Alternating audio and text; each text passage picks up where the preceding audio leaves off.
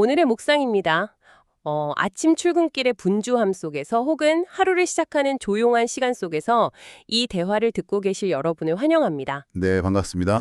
오늘 우리가 함께 말씀의 깊은 바다로 들어가 볼 텍스트는 요한복음 7장 53절에서 8장 20절까지의 기록입니다. 참 무게감이 있는 본문이죠. 맞아요. 이게 단순히 2000년 전 팔레스타인 지역에서 있었던 옛날 이야기가 아니거든요. 그럼요. 날선 비판, 그리고 끊임없이 쏟아지는 정보의 홍수 속에서 막 이리저리 휩쓸리잖아요, 우리가. 그렇게 복잡해진 우리 마음을 정돈하고 자비, 그리고 빛이라는 두 가지 아주 명료하고도 거대한 주제로 우리를 안내할 묵직한 본문입니다. 네, 오늘 우리가 마주할 그 성전 뜰의 장면들은요. 참으로 극적인 대조를 보여줍니다. 극적인 대조요? 네. 그 사람을 찌르는 날카로운 율법의 칼날, 그리고 모든 것을 품어내는 따뜻한 은혜가 부딪히고요. 또 눈을 가리는 짙은 어둠과 모든 숨겨진 것을 드러내는 찬란한 빛이 아주 팽팽하게 교차하는 지점입니다. 팽팽하게 교차한다. 표현이 참 와닿네요. 오늘의 본문에 의하면 이 치열한 긴장감 속에서 예수님이 보여주시는 걸음걸이가 있습니다. 그 걸음이 오늘날 혼란스러운 세상을 살아가는 우리가 과연 어떤 태도를 취해야 하는지 그 실천적이고 신학적인 토대를 아주 선명하게 그려내고 있죠. 자, 그럼 그 이른 아침에 예루살렘 성전으로 한번 들어가 보죠. 전날 밤 감람산에서 철야를 하시다시피 시간을 보내신 예수님이 아침 일찍 다시 성전으로 돌아오신 참입니다. 네, 아주 평화로운 아침이었죠. 네, 아침 햇살이 다 비치는 가운데 백성들이 몰려들었고 예수님은 앉아서 그들을 가르치고 계셨습니다. 그런데 갑자기 그 고요를 산산조각내는 충격적인 난입 사건이 벌어집니다. 서기관들과 바리새인들이 들이닥친 거죠. 맞습니다. 한 여인을 거칠게 끌고 와서 군중 한가운데 세우잖아요. 음행 중에 그것도 현장에서 잡힌 여인이었죠. 네, 참 끔찍하고 폭력적인 상황입니다. 제가 이 배경을 보면서 정말 약간 기가 막혔던 부분이요. 율법에 따르면 현장에서 잡힌 간음 사건은 반드시 남녀 두 사람 모두를 데려와야 한다는 점이더라고요. 정확합니다. 그런데 지금 교묘하게 남자만 쏙 빠져 있단 말이죠. 이거는 처음부터 예수님을 올가매기 위해 철저하게 기획된 다분히 정치적인 함정이라는 생각이 딱 들었습니다. 네, 레위기 20장이나 신명기 24장의 율법 규정을 살펴보면요. 두 사람 모두에게 책임을 묻고 공동체의 악을 제거하라는 것이 명확한 하나님의 명령입니다. 둘 다 데려와야 정상인 거잖아요. 그렇죠. 그런데 범행을 저지른 남성은 어디론가 은밀히 빼돌리고 힘없는 여인만을 대중 앞에 끌고 왔다는 사실 자체가요. 이 고발이 공동체의 거룩함을 지키거나 정의를 세우기 위함이 아님을 스스로 폭로하고 있는 겁니다. 아, 정의 구현이 전혀 아니네요. 종교 지도자들은 이 여인의 수치심이나 생명에는 물할까 전혀 관심이 없었습니다. 그들은 오직 예수님을 무너뜨리기 위해 이 여인을 철저하게 희생양으로 삼았을 뿐이죠. 목적은 오직 예수님이었군요. 네. 그리고 이 함정의 진짜 무서운 점은 예수님을 완벽한 진퇴양난, 그 딜레마에 빠뜨린다는 겁니다. 어떤 딜레마인가요? 당시 유대 사회는 로마 제국의 지배 아래에 있었잖아요. 그래서 사형 집행권, 즉 사람을 죽일 수 있는 권한은 오직 로마 총독에게만 있었습니다. 아, 유대인들 마음대로 사형을 못 시켰죠? 맞습니다. 만약 예수님이 모세의 율법대로 돌로 치라고 하시면 로마 제국의 권한을 침해하는 반역자가 되고요. 로마법 위반이 되네요. 게다가 그동안 백성들에게 전해오던 사랑과 용서의 메시지를 스스로 뒤집는 꼴이 되죠. 그렇겠네요. 그럼 반대로 용서하라고 하시면요. 생명을 살리기 위해 용서하라고 하시면 하나님의 말씀인 모세의 율법을 정면으로 어기는 이단자로 몰리게 됩니다. 당장 사내들인 공회에 회부될 수 있는 치명적인 덫이었습니다. 와, 진짜 숨이 턱 막히는 상황이네요. 무리들이 씩씩거리면서 선생은 어떻게 말하겠나이까 하고 압박해 데려오잖아요. 네, 살기가 등등했겠죠. 그 살벌한 정죄의 기운이 성전 뜰을 가득 채웁니다. 현대사회로 치면 한 사람을 파멸시키기 위해 광기 어린 군중이 몰려들어서 이른바 마녀사냥을 벌이는 모습과 다르지 않아 보여요. 안타깝게도 참 비슷한 모습이죠. 그런데 이 절체절명의 순간에 예수님은 당황해서 변명하거나 그들과 논쟁을 벌이는 대신에요. 아주 미스테리하고 상징적인 행동을 하십니다. 몸을 굽히시죠. 네, 몸을 굽혀서 손가락으로 흙바닥에 무언가를 쓰시는 거예요. 군중의 함성과 살기 어린 눈빛 속에서 홀로 침묵하며 땅에 글을 쓰시는 그 시간이 주는 무게감이 엄청났을 것 같습니다. 여기서 정말 흥미롭고 깊은 신학적 의미가 발견되는데요. 네, 어떤 건가요? 예수님의 이 침묵과 행동은 구약의 거대한 사건들과 아주 깊게 맞닿아 있습니다. 과거 시내산에서 이스라엘 백성들이 금송아지를 만들며 타락했을 때를 떠올려 보십시오. 모세가 십계명을 받을 때요? 네, 그때 하나님께서 친히 십계명을 두 돌판의 손가락으로 쓰셔서 모세에게 주셨습니다. 하나님의 손가락으로 직접 쓰셨죠. 맞습니다. 율법의 모체요 근간인 그 거룩한 계명을 주신 분이 바로 하나님이십니다. 그런데 지금 태초부터 계셨던 말씀 그 자체이신 예수님께서 몸을 낮추어 흙바닥에 손가락으로 무언가를 쓰십니다. 와, 돌판에 쓰셨던 그 손가락이 이제 흙바닥에 글을 쓰시는 거네요? 그렇습니다. 일부 신학자들은 이것을 예레미야 17장 13절 여호와를 버리는 자는 흙에 기록이 되오리니 라는 말씀을 성취하는 상징적 행동으로 해석하기도 하거든요. 고발자들의 이름이 흙에 기록된다는 의미일 수도 있군요. 네, 무리들이 율법을 타인을 짓밟는 무자비한 정죄의 무기로 휘두르고 있을 때 예수님은 이 침묵의 쓰심을 통해 율법의 진정한 수여자가 누구인지 보여주시는 겁니다. 진짜 수여자가 내 앞에 있다? 그리고 그 거룩한 율법 앞에서는 고발자들 역시 흙에 그 이름이 쓰일 수밖에 없는 연약한 죄인임을 암묵적으로 그러나 아주 강력하게 선포하고 계신 것이죠. 암묵적이지만 가장 강력한 경고였네요. 또 한편으로는 수치심에 떨며 바닥에 주저앉은 여인의 눈높이까지 가장 낮아지심으로써 그녀의 고통에 동참하시는 깊은 긍문의 표현이기도 합니다. 율법을 주신 분이 직접 그 율법의 진정한 의미를 다시 새기시는 장면이군요. 계속해서 대답을 재촉하며 핏대를 세우는 무리들을 향해서 드디어 예수님이 몸을 일으키시고 입을 여시는데 네, 여기서 정말 기독교 역사상 가장 위대한 명대사 중 하나가 터져 나옵니다. 너희 중에 죄 없는 자가 먼저 돌로 치라. 맞아요. 그 짧고 묵직한 한마디가 떨어지자마자 현장에는 극적인 반전이 일어납니다.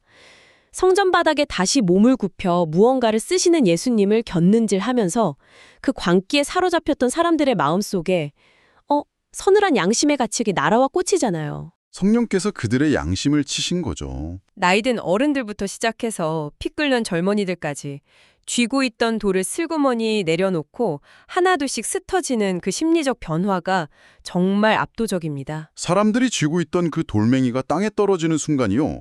역설적이게도 율법의 진짜 목적이 달성되는 순간입니다.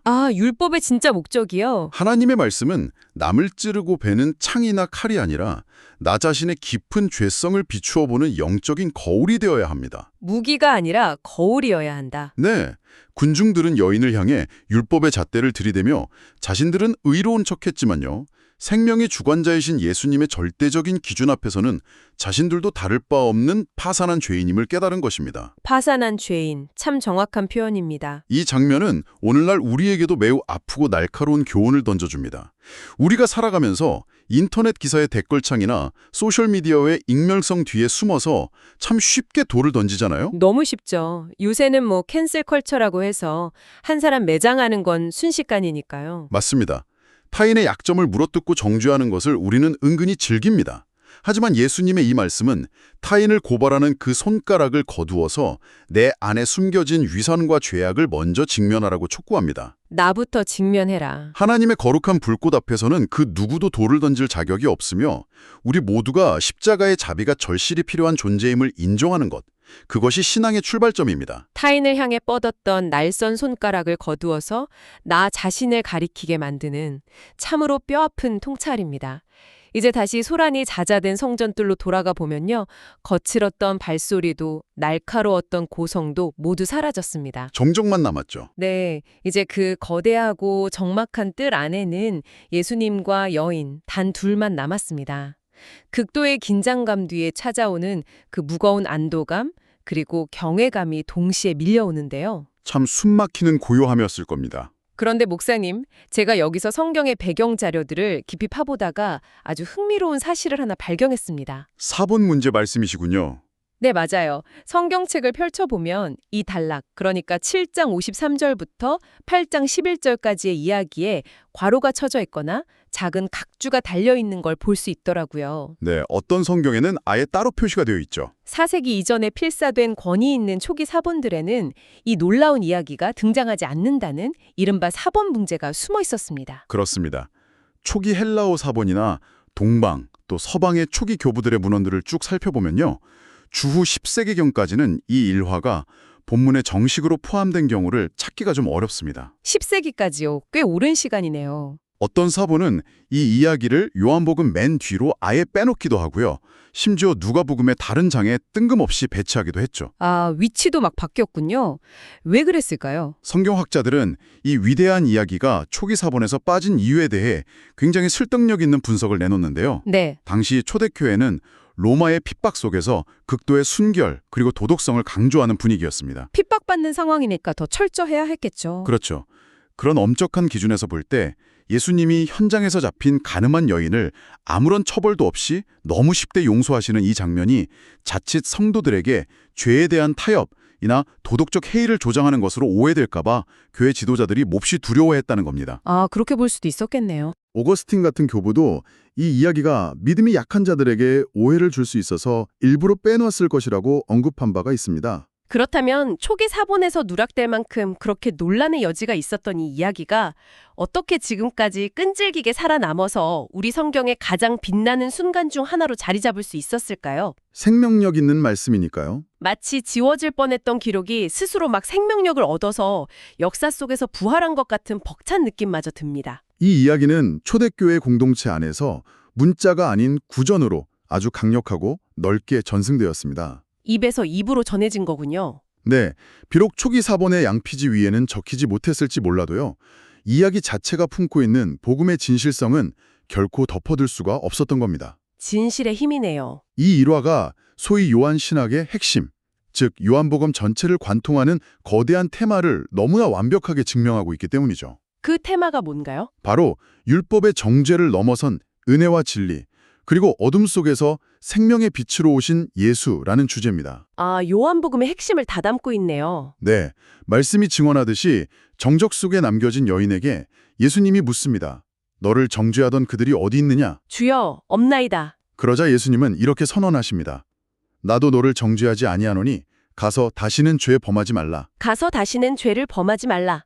이 말씀은 결코 죄의 무게를 가볍게 여기는 값싼 면죄부가 아닙니다. 무조건 괜찮다. 이게 아니라는 거죠. 죄를 외면하신 것이 아니라 율법의 심판자가 되셔야 할 분이 도리어 정죄와 죽음이 지배하던 그 자리에 생명과 회복의 길을 열어주신 것입니다. 생명의 길을 열어주셨다. 가서 다시는 죄를 범하지 말라는 이 명령은요.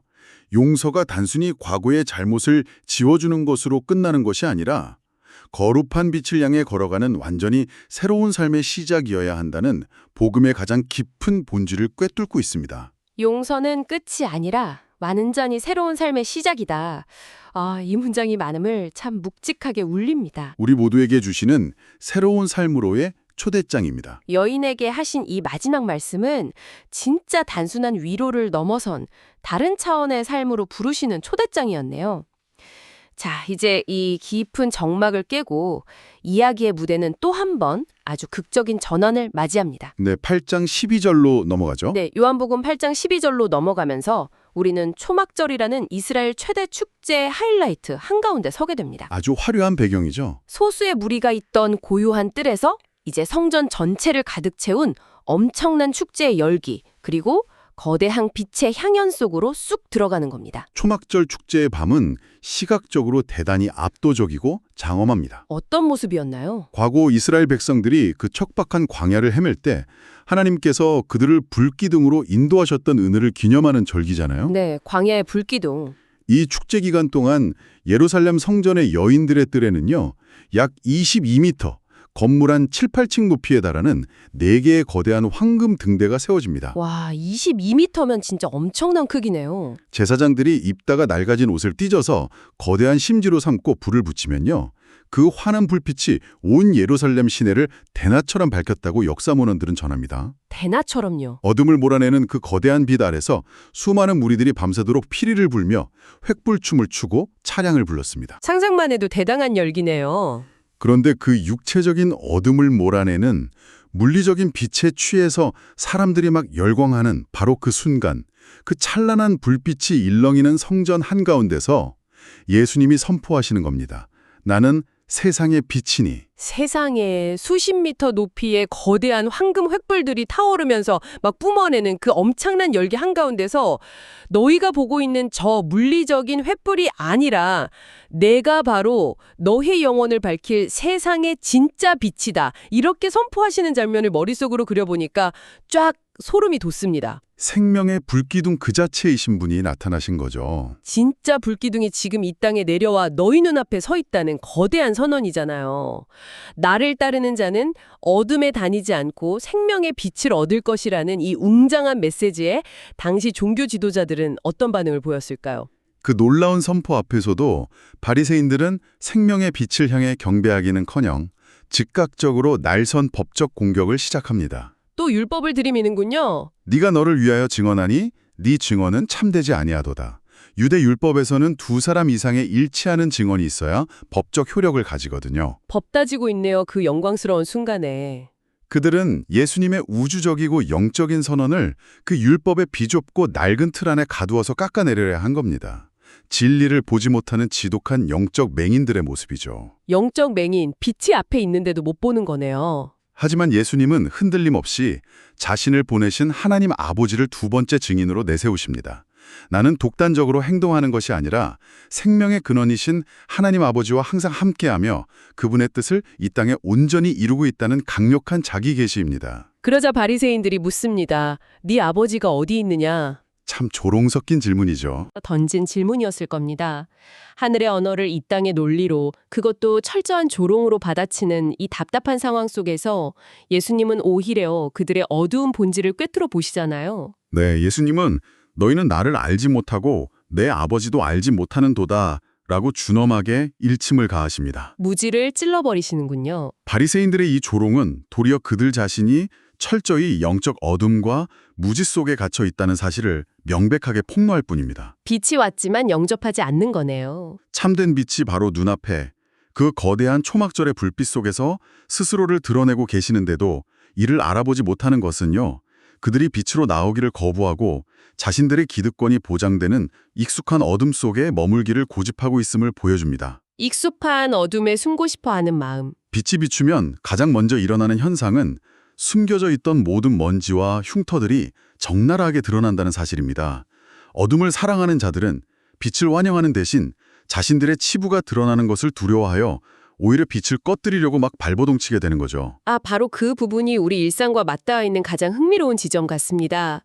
우리는 보통 빛이라고 하면 막연히 따뜻하고 편안한 이미지만 생각하잖아요. 그렇죠. 좋은 거로만 생각하죠. 근데 아주 강력한 조명 앞에서는 숨기고 싶었던 주름이나 잡티까지 싹 다 드러나게 마련이니까요. 현대인들은 소셜미디어나 사회적 지위 혹은 종교적 열심이라는 아주 정교한 마스크 뒤에 자신의 연약함과 어두운 욕망을 교묘하게 숨기고 살아갑니다. 아주 겹겹이 포장하고 살죠. 예수님이 우리 삶의 빛으로 오셨다는 건 우리가 두르고 있는 그 위선의 마스크를 남김없이 벗겨내신다는 의미이기도 하겠군요. 생명의 빛이신 예수님 앞에서는 어떠한 위선도, 어떠한 그럴듯한 종교적 허울도 결코 숨길 수 없습니다. 앞서 여인을 잔인하게 정죄하려던 자들이 그 빛 앞에서 자신의 죄를 깨닫고 돌을 내려놓았던 것처럼 말이죠. 내 얼굴에 비친 종명을 피할 수가 없네요. 하지만 빛이 우리의 어두움과 실패를 폭로하는 목적은 우리를 망가뜨리거나 사람들 앞에서 수치스럽게 짓밟기 위함이 결코 아닙니다. 살리기 위함이죠. 외과 의사가 골문 상처를 꿰매기 위해 환부를 가장 밝은 수술실 조명 아래 드러내듯이 우리를 근원적으로 고치고 회복시키기 위함입니다. 수술실 조명. 너무 와닿는 비유네요. 빛이신 그리스도 앞에 우리의 연약함과 실패 그리고 남몰래 짓는 죄악들을 정직하게 내어놓을 때 우리는 비로소 거짓된 페르소나의 무게를 훌훌 벗고 십자가 안에서 참된 자유를 누리게 됩니다. 가면을 벗는 거군요. 빛 가운데로 걷는다는 것은 내게는 아무런 그림자가 없다고 뻔뻔하게 우기는 것이 아니라 나의 그림자를 안고 그럼에도 불구하고 빛을 향해 매일 정직하게 나아가는 영적인 몸부림입니다. 그림자를 안고 빛으로 나아가는 영적인 몸부림. 놀라운 것은요. 성전의 가장 중심부인 헌금함 앞에서 이토록 팽팽하고 폭발적인 대화가 오갔음에도 그 순간 아무도 예수님을 체포하거나 해치지 못했다는 사실입니다. 아, 그렇네요. 당장 잡아갈 것 같은 분위기였는데요. 아직 하나님께서 정하신 그의 때가 이르지 않았기 때문이죠. 예수님은 세상의 미움과 살기 어린 조롱 속에서도 흔들림 없이 십자가를 향해 생명의 빛으로서 당신만의 길을 묵묵히 걸어가고 계셨던 것입니다. 어둠을 뚫고 걸어가신 예수님의 그 흔들림 없는 걸음이 오늘 하루의 치열한 삶을 살아내는 우리 모두의 걸음이 되기를 간절히 바랍니다. 아멘. 자, 이제 오늘 탐구한 말씀들을 마음속 깊이 종합하면서 각자의 일상으로 돌아갈 여러분에게 제가 마지막 질문을 하나 던지고 싶습니다. 네. 그날 흙바닥에 글을 쓰시는 예수님 앞에서 서늘한 양심의 가책을 느끼고 자신이 들고 있던 무거운 돌을 마지막으로 툭 떨어뜨린 채 뒤돌아선 사람. 고요해진 성전뜰을 빠져나가며 그의 마음속엔 과연 어떤 생각들이 스쳐 지나갔을까요? 깊은 고민이 있었겠죠. 그리고 혹시 지금 이 방송을 듣고 계신 여러분의 손에도 누군가를 향해 힘껏 던지려고 꽉 쥐고 있는 보이지 않는 돌멩이가 하나 들려있지는 않습니까? 자비로우신 하나님 아버지, 오늘 말씀을 통해 타인을 향해 쉽게 돌을 들여 했던 우리의 교만과 위선을 회개합니다. 무자비한 정죄보다 따뜻한 자비를 베푸신 주님의 크신 사랑을 기억하게 하시고 우리 삶 구석구석에 드리운 어둠을 생명의 빛으로 환하게 밝혀주시옵소서. 용서받은 자답게 다시는 과거의 죄악된 자리에 머물지 않고 오늘 하루도 주님의 찬란한 빛을 따라 회복과 생명의 길로 담대히 걸어가게 하옵소서. 예수님의 이름으로 기도합니다. 아멘.